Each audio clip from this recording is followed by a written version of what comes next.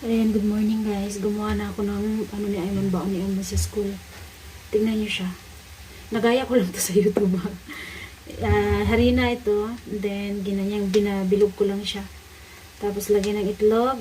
And then, lagyan din siya ng onion. Onion. Dahon ng onion pala ito guys. At saka ito yung onion. Ayan. And then, lagyan din siya ng tawag dito ha. Anong tawag dito Isipin ko muna sa ano ba ito tawag dito ha. Bell pepper. Ayan. Sorry na po. Ayan, bell pepper. Tapos, lagyan natin siya ng konting butter. Ayan, slice ko lamang.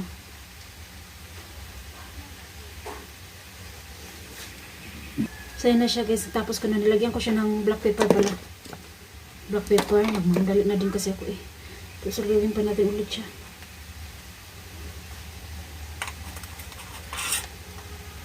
Mislice ko na talaga ito bago ko siya in-arrange.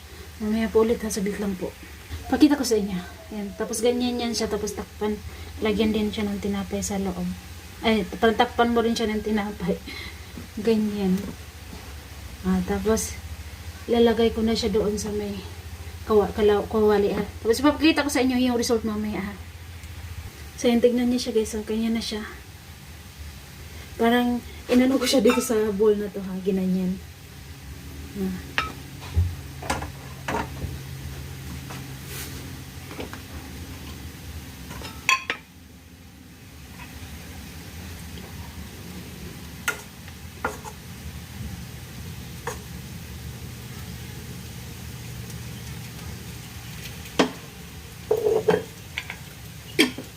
Ito na yung babaunin ni Ayman.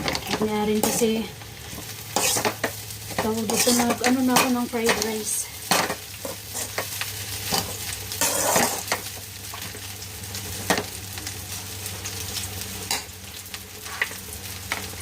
So ayan, pakita ko sa inyo yung fried rice. Same lang yan din yung ginawa ko guys kanong kahapon. Nilagyan ko siya. Naglaga muna ako ng carrots at saka konting cabbage. And then, nagisa na ako ng dahon ng onion. Naggisa na ako ng dahon ng onion, then garlic. Tapos, isang hotdog. Tapos, 1 egg din. So, ayan na siya. Ayan, antayin lang natin yun. Pinirito ko siya sa konting mantika. Yun kasi yung nakikita ko sa YouTube guys Try ko lang. So, ayan. Mamaya po ulit. So, ayan na. Kakakainin ko ni sa Edmond. Siya lang yung kakain kasi ako gagawa ko ng tinapay.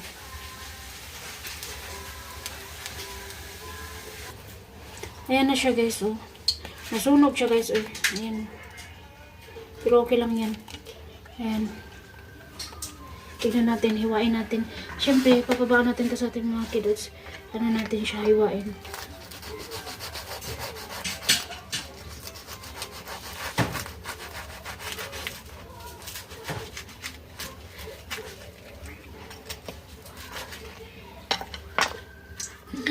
Wow. Para siya ganyan Perfect. Ang bango. Ang bango guys, So, gaganyanin natin siya ulam sa mga bata. So, ito yung kay Ayman. Ito yung kay Ayman. May ano na siya, may apple. Dahil may nakita akong isang apple na natira. Kaya, yun yung ibigay natin. Wala kasi akong balunan na yung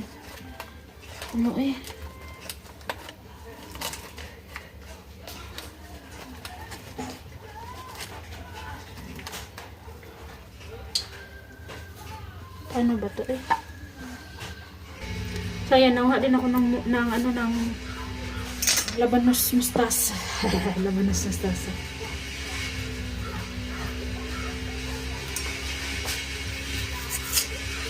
Dahil dito sila, yung mga bata, mahilig din silang pumuntok dito si Arin. Always niyang tinatanong kung okay na ba, pwede na ba itong kainin itong mustasa namin. Sabi ko, hindi pa po pwede. So, ganyan.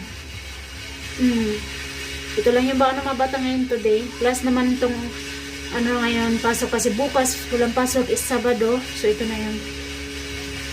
Ayan, musok-usok pa, oh. Apple. May ilang, parang sa isang piraso, half-half lang sila ni Ari ng ganito. Tapos ito. Okay na yan.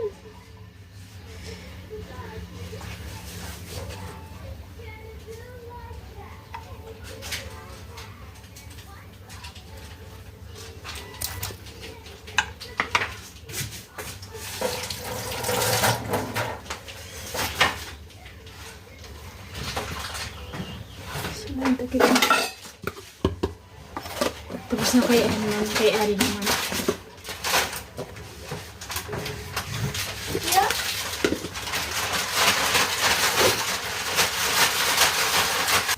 Guys, gumawa rin pala ako ng tinapay, oh.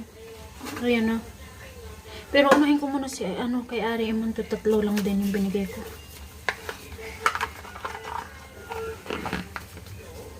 Ayan, ang cute. Niliit, sinadya ko talagang liitin para magsakto. So, ayan na. Ayan, nag-aayos na sa Iman. Ayan na, nagay ko na yung baon niya. Nagpalagay din siya ng orange, dalawa.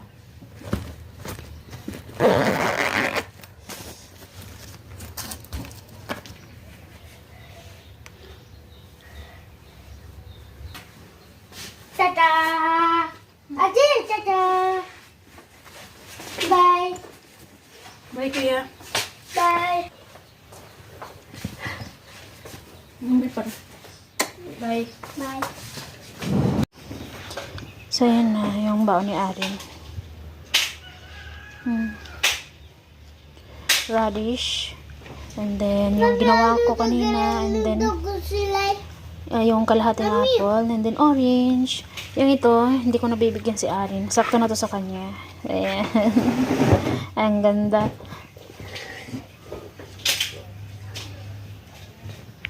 Kumakain na si Arin na yun. Hi, Arin. Nana! Nana! Nana! Fried rice. Nana! Very good si Arin.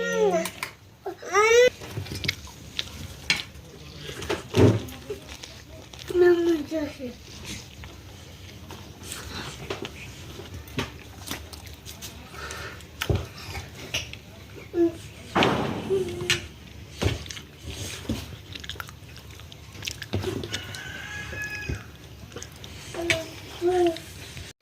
Yan, gumagawa ulit ako ng Amni RG.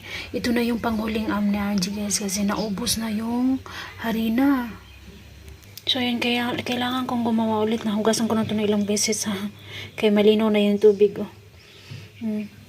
Huhugasan ko, tapos ibibilad ko. Tapos, after mga 2 days or 3 days na pagbilad, is ipapagiling na natin siya para maging ano ulit siya. Para may panggawa na akong Amni RG.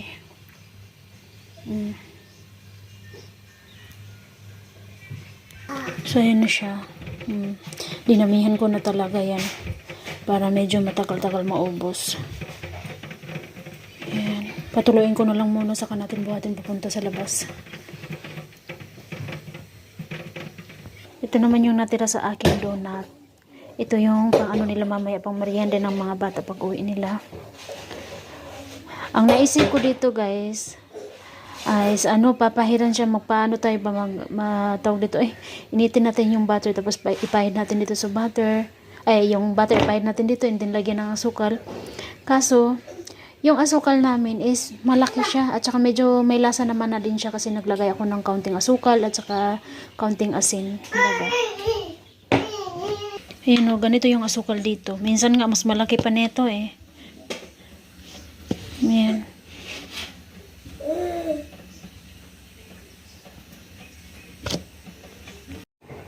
So, ayan, tapos na ako magpalit ng sofa dyan. Ng cover ng sofa. 2:28 na ng hapon, hindi pa rin ako tapos maglaba, guys. Tsaka yung isang, snake plant dyan ko nilagay. Kasi parang miss ko yung may mga halaman dyan. Isa lang yan nilagay ko. Dyan lang talaga sa part na yun. Parang naman may design ba ng kaunti. Ayan. Mamaya ko nalalagyan dyan sa baba ng pangsapin. Kasi yung banig hindi ko pa natapos. Ayan. Mamaya panghuli ko tong laban guys. Kasi nag-ano pa ako, magda-dryer pa ako actually. Tapos susunduin ko na muna si Aren. Susunduin ko muna si Aren, then si RG tulog pa din.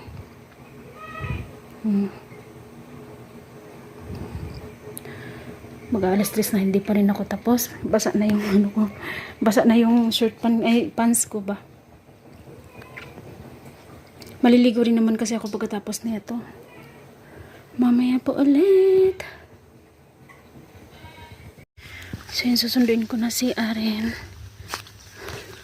Ang oras na ba? 2:34. Sunduin ko na. Habang tulog pa si RG. Andun naman sina auntie, dalawang auntie. Nakisuyo ako na once pag bumangon si RG, pakihawakan saglit.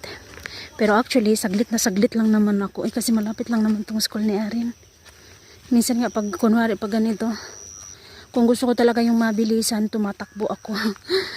Tumatakbo ako papunta doon. At pagbalik naman dito, kaming dalawa ni Aren yung tatakbo. Sinabihan ko si Aren na, ano na, bilisan natin pag uwi kasi si RG lang mag-isa doon. Dinryer ko na yung ano, yung bed, yung ano namin, yung sapin sa bed sheet. Dinryer ko na, iniwanan ko lamang. Basa pa rin ako, yan. Basa yung ano ko, pants ko, pero okay lang yan. Di na ako nagpalit. Mamaya po ulit. Yan na si Aren.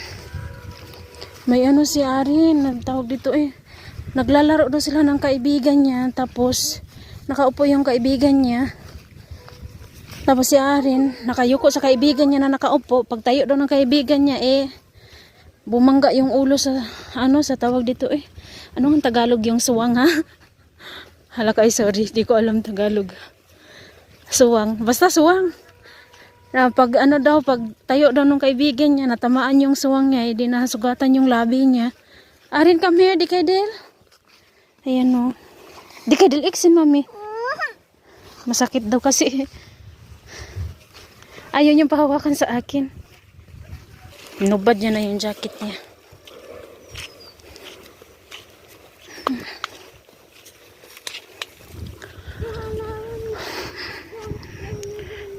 Mamaya po ulit. So ayan, kararating lang namin. I-check natin yung bag ni Aren kung naubos niya ba yung pagkain niya. Notebook niya. Yung tubig. Hindi niya naubos. Kanin lang yung hindi niya naubos.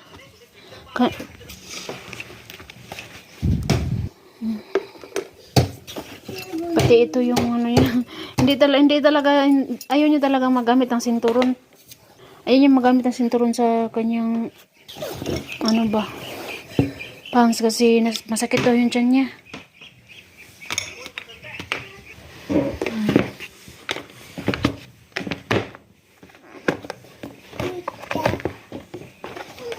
So, ayan. Nanghingi din pala siya ng ganito. Kadalasan kasi sa mga bata dito sa school ni Aren, classmate ni Aren, mga ganito yung binabaon nila, pinapabaon nila sa mga bata ba. Hindi sila nagpapabaon ng kanin. Minsan nga yung noodles na hilaw. Yun. Mamaya po ulit. So, ayun, nag-homework na sila yung mga bata. Si RG naman. Wala, agoy, gitungab jud. Paningkamot, anak ni mama. Langga. Tapos yung kay Emma na yun, kakabukas ko lang. Ang natira sa kanya is ito na lang. So, kadalasan talaga naubos nila yung ulam, pero yung kanin hindi. Kasi bago sila umalis ng bahay, pinapakain ko muna sila ng kanin. Hindi ko na rin talaga nalaban. Wala na akong oras na Kaya tignan nyo yung aking mga sinampay. Diba? Ang dami. Hanggang doon na yun. Basa pa tong mga to. Kasi kakasampay ko lang mga alas 4:20 na akong natapos Iligpit na muna natin tapos sampay natin ulit bukas. Punta akong tindahan, guys. Gabi na. Medyo pagabi na talaga din. Anong oras ba? 30, 40, 50, 60, 7, 5. 5:49. Ang bilis dumilim mo. 5:49 pa lang pero madilim na. Kaya kanina yung mga sinampay ko, saglit ko lang siya nasampay. Tapos, lang, parang pinahanginan ko lamang ba. Tapos niligpit ko na. Bili ako ng itlog, guys. Dahil may naitabi naman ako nung birthday ko. Bili tayo ng isang, yung parang isang tray na itlog ba. Para hindi na kailangan pumunta ni Ayman dito. Bili tayo ng itlog at saka noodles. Ayan, dito na ako sa tindahan. So, bukas po ulit, guys. Hanggang dito na lang po. Please share, like, and subscribe. And please don't skip the ads na rin po. Maraming salamat po, guys. Bye-bye!